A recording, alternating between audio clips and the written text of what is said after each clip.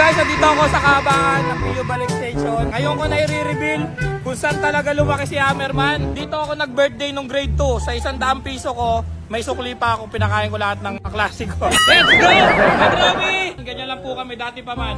Kailan ka pa rin Mang Romy?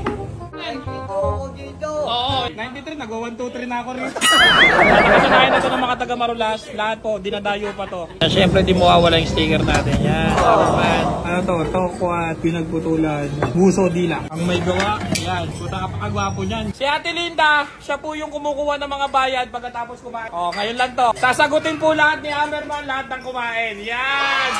Kain lang kayo ha!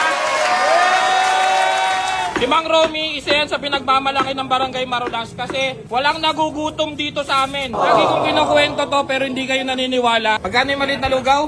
2 piso. Yung malaki? 4 na piso. Yung tokwa natin? 10 piso. Yung dila? Baboy? 28. Dila. Baboy, 26. Oh. Hindi nyo makikita sa iba to. Dito sa Barangay Marulas, walang nagugutom. Nakumpit na lahat. Ayun na, lalabas na. Ayun na, nakakatakot. 1,397. Pang Romy, 1,397. Plus ito pang mga kumain. Gagawin ko ng 3,000 para sa'yo, ha? Ano ka ba? Ang tagal mo na akong pinapakain dito.